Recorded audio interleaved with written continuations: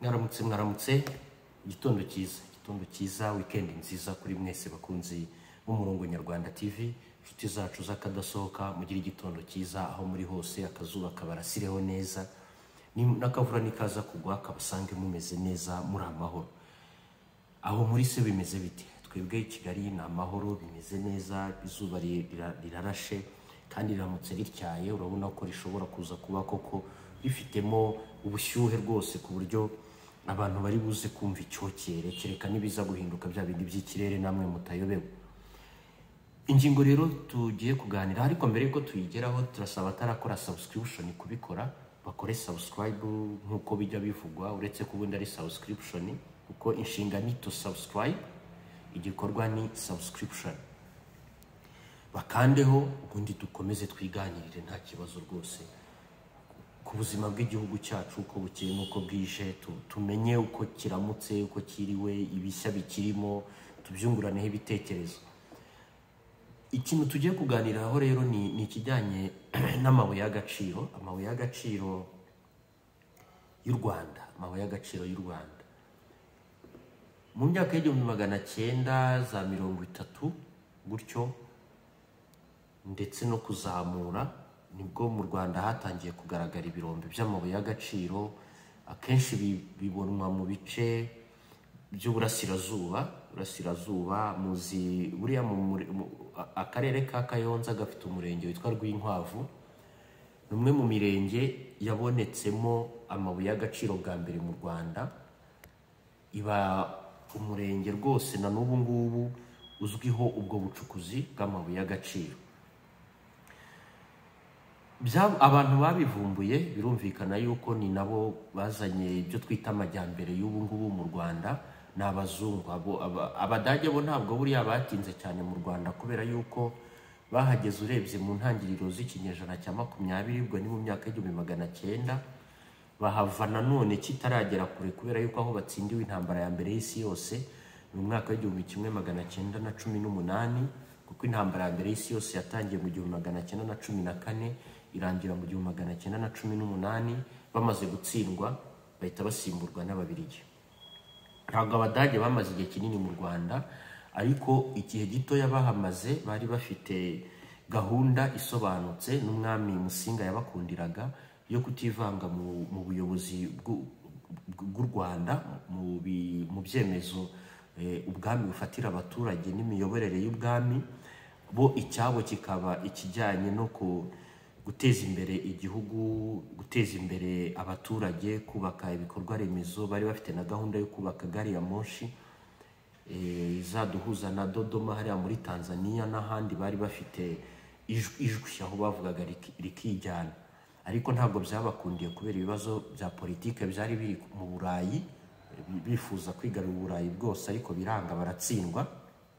Ayo ni amateka y'Abadage, ntabwo twayagarukaho yose uko yakabaye, ni ibintu birebire bitanareba cyane cyane iyi ngingo turi kuganiraho. Ingingo turi kuganiraho rero ijyanye n'amabuye y'agaciro, ku bijyanye no kuyavumbura, kuba tuyafite byagizwemo uruhare ahanini n'Ababiligi. Ababiligi baraje bahera aho ngaho mu burasirazuba.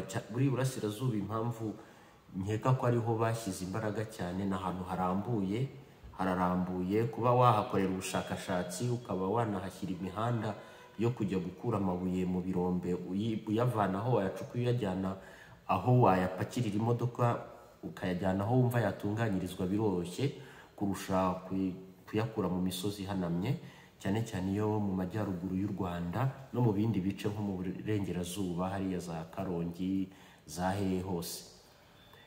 Ababiligi rero baratangiye barakoze ubwo bushakashatsi bita mu gifaransa prospection, kujya kureba uko mu butaka hameze. Barashushanya iyo ngiyo za Rwinkwavu n'ahandi. Ntabwo turi buvuge ngo aha n'aha, ahubwo icyo dushaka kuganiraho ni cyerekana ko burya n'u Rwanda rufite amabuye y'agaciro yarwo.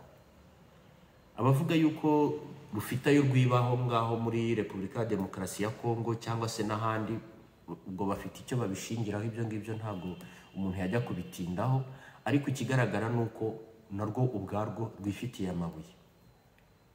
Ashobora kuba atari menshi cyane nk'uko ahandi angana. Niba rufite diyama ntabwo yaba ingana n'iya Botswana, niba rufite zahabu ntabwo yaba ingana n'iya Afurika y'Epfo, niba rufite koruta ntabwo yaba ingana n'iya DRC, niba rufite lithium ntabwo yaba ingana n'ibindi bihugu bindi bikizeho, ariko narwo rurayafite, rufite ayo mabuye, rufite ayo mabuye. Amabuye y'agaciro rero ubundi kugira ngo abeho ni ibintu bifata igihe kirekire, ibintu bifata igihe kirekire. Abazi ubumenyi bw'isi bazi ko isi dutuye twebwe abantu n'ibidukikije byose muri rusange igizwe n'ibintu twakwita ibice bitatu binini. Hari igice cyo hasi cyane mu nda, nk'uko hasi mu nda y'isi bita manto, ari nacyo kibamo uruntu rw'urusukume rushyushye, rubamo ibintu bishyushye cyane bita magma. Kiba hasi kugira ngo kikaba kibereyeho gutuma isi igira ubushyuhe ikeneye. Ni nk'uko iwawe waba utuye nko mu gice gikonja cyane, ariko ukahashyira ikintu gituma hashyuha, noneho ubwo bushyuhe bukirimo imbere, buri mu nzu imbere, bukabasha guhangana n'ubukonje bukikije inzu. Niko Imana yabigennye.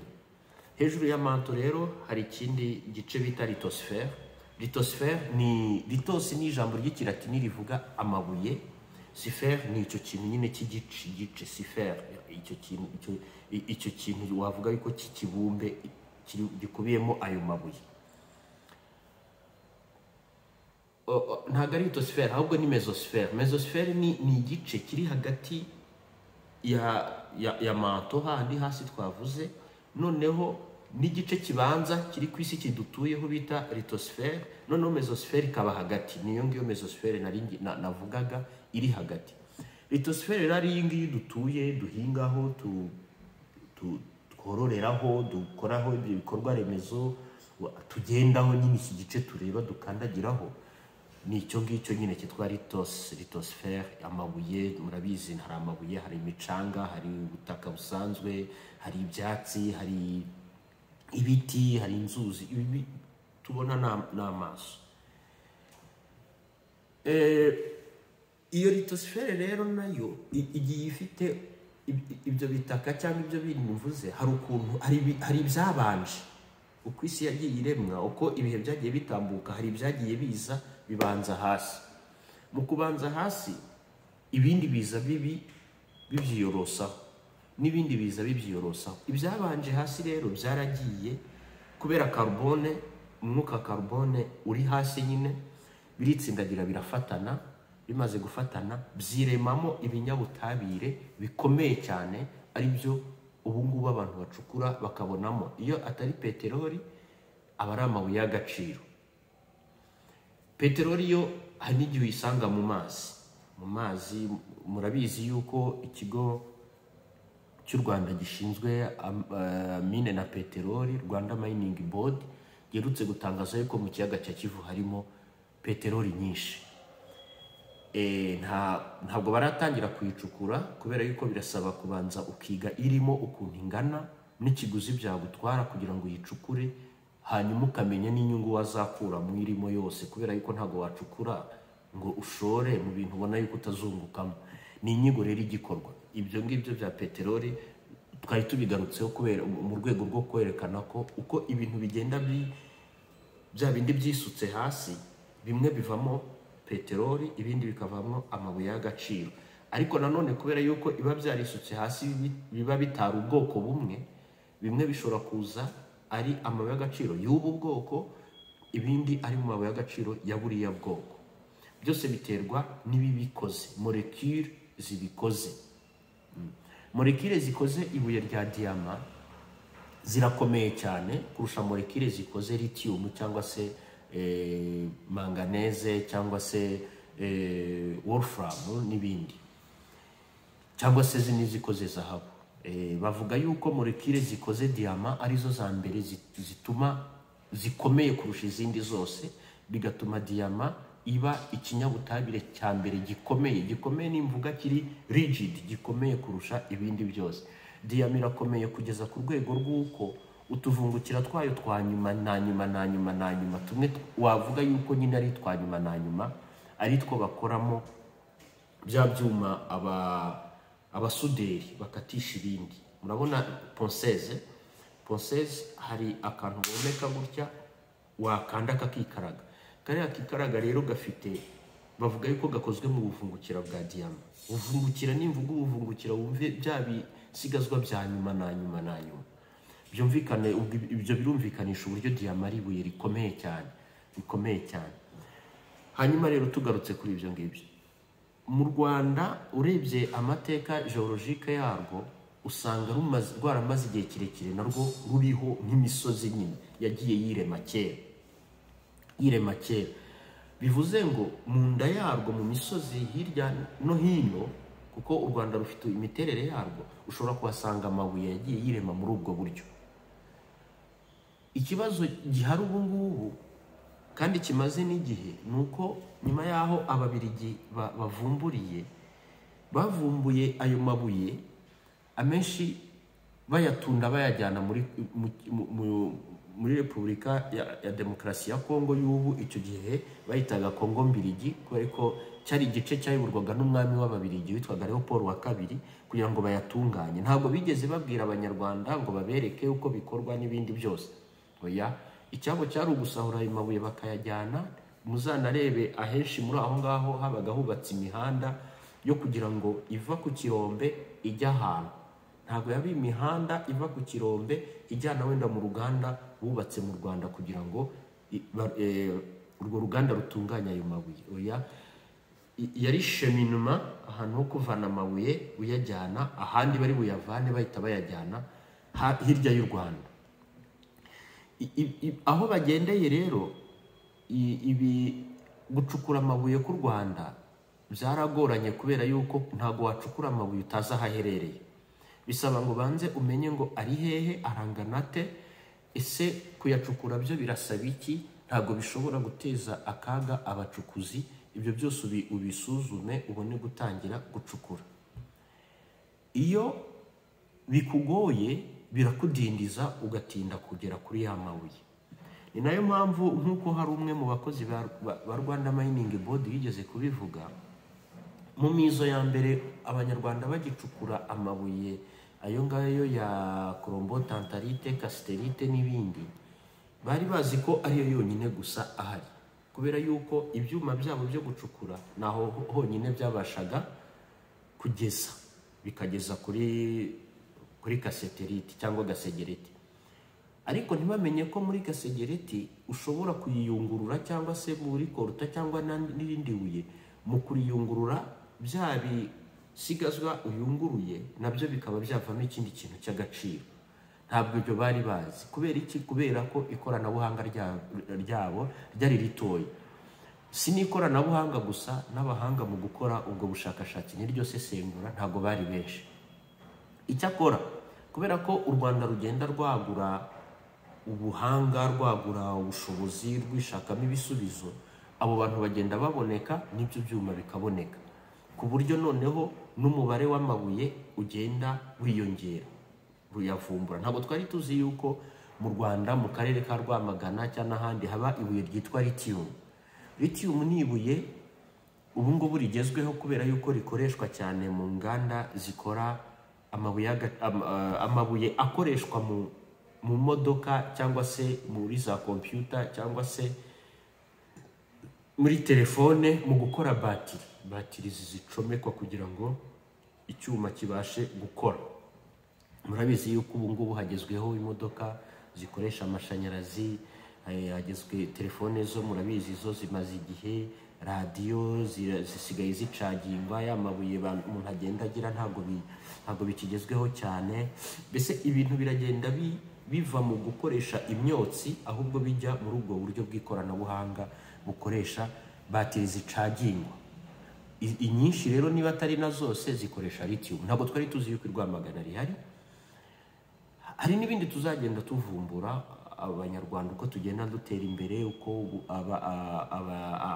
abanyeshuri b'abanyarwanda biga muri za kaminuza zaba izo mu Rwanda n'izo hanze bagenda baguka mu bumenyi, bamenya uko ibyo bintu bya engineering bikora, ari nako dushakisha n'ibikoresho byo kugira ngo bya bintu tubibyaze umusaruro. Ejo mwarabibonye, umukuru w'igihugu cyacu nyakubahwa Paul Kagame yasuye ikirombe cya mbere muri Afurika kiri mu Rwanda mu murenge wa Shyorongi muri Rulindo, gicukura ibuye rya Wolfram. Wolfram ni ibuye nagize amahirwe yo kuribona, ni ibuye ry'umukara, iyo urireba ubona ari umukara. Ariko umuntu nigeze kubaza muri 2023 niba nibuka neza, yambwiye ko iyo bamaze kuriyungurura bakuyeho ibisigazwa bakarijyana mu nganda, riba rishobora kuvamo ababonye isasu, abazi isasu, hari akantu kari mu isasu risa naho rigizwe n'ibice bitatu by'ingenzi. Hari akantu gasohoka kamwe kagenda kaka umuriro, ino ryo sasu burya mu by'ukuri kariya akoreka tukareke. Noneho hari n'ikindi biti gitori, iyo urashe kivamo kikagwa hasi. Kiriya gitori rero mbere yuko kigwa hasi kiba gisize hari ubumara buba bukirimo imbere. Uriya ubumara ni utuntu tw'utuvungukira dushya iyo mbere yuko isasu risohoka, two turashya tukaritwika rikagenda ryaka umuriro, cya gitori kigahita kigwa hasi. Turatuvungukira rero badukora mu ibuye ry'agaciro rya Wolfram. Bivuze ngo ntabwo twari tuzi yuko mu Rwanda abakurambere bacu, ntabwo sinkeka ko ari nabo gusa, natwe abantu basanzwe ntabwo twari tuzi yuko dushobora kugira ikirombe cyaba icya mbere muri Afurika mu kugira ibuye ry'agaciro bene ako kageni. Ariko ubu turarifite. No mu bihe rero biri imbere ntituzabura kubona n'andi mabuye. Ikiba gikenewe ni ukugira ibikoresho bidufasha gukomeza gucukura tugera kure mu buryo bwizewe, kugira ngo tubone n'ayandi yarahishwe, bityo tuyabyaze umusaruro. Gahoro gahoro bizagenda bikorwa. Ikiza kinarimo leta y'u Rwanda ikora nuko muri uko gucukura hakorwa no ku buryo habaho kurinda ibidukikije, hirindwa ko byakwangizwa n'ubwo bucukuzi. Gucukura ni byiza, ariko ukirinda ko bya bitaka n'ay'amazi byapfa ubusa ku buryo byazateza akaga abazavuka ejo cyangwa ejo bundi. Mu by'ukuri rero u Rwanda rwacu ruri gutera imbere, twese tubigizemo uruhare, dufatanyije nk'abanyarwanda n'inshuti zarwo, kuko nta mugabo umwe, kandi twizera yuko uko igihe kizagenda gitambuka ari uwo mujyo tuzakomerezamo. Turabashimira rero abakunzi b'Umurongo Nyarwanda TV, abatarakora subscription twongere tubasabe mu bikore, tujye dukomeza twiganirire, tumenye ibibera mu gihugu cyacu n'ibibera mu nkengero zacyo hirya no hino ku isi. Tuganire ni byiza, dutange n'ibitekerezo. aha comment harahari, ushobora kwandika igitekerezo ariko ukabyandika mu kinyabupfura, nta gutukana, nta kugaragaza ubunyamusozi, ntabwo biba ari byiza. Ariko ndabashimira muri rusange, muri abantu b'agaciro kuri nge no kuri ku zindi nshuti dusangiye uru rubuga tuganiriraho, tubasaba yuko mukora subscription, mugakora share, mugatanga na comment, tugakomeza tukajya tuganira umunsi ku wundi. Ndabashimiye rero, mugire impera nziza z'icyumweru, Imana ibarinde, murakoze cyane.